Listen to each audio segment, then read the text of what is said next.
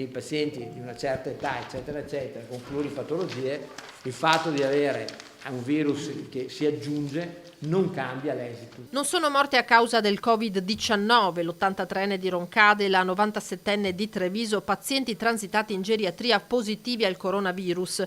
Il direttore generale dell'ULSS 2, Francesco Benazzi, lo ripete, ricordando le gravi patologie da cui erano affetti. La conta dei decessi tra i contagiati è comunque salita a 3. La 97enne era ospite di una casa di riposo del capoluogo dove sono partiti i tamponi tra gli operatori.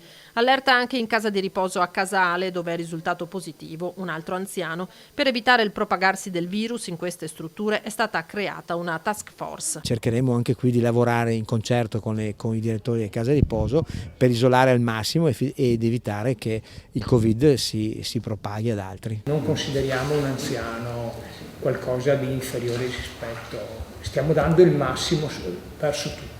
Per eliminare del tutto il focolaio in geriatria si sta procedendo alla progressiva dimissione dei pazienti. Tutti i pazienti, perché finora la situazione è stata un po' sigillata, però adesso l'intenzione è questa: tutti i pazienti che possono essere dimessi a domicilio perché sono già in un sistema di assistenza domiciliare integrata, e un'altra quota di pazienti verrà spostata all'ospedale di comunità. L'ospedale di comunità che è previsto nella palazzina delle malattie infettive. I più gravi resteranno in ospedale, 28 invece gli operatori sanitari positivi al coronavirus, 300 i trevigiani attualmente in isolamento. Il cluster che ovviamente è stato quello che ha colpito più persone, compreso ovviamente anche le persone degenti.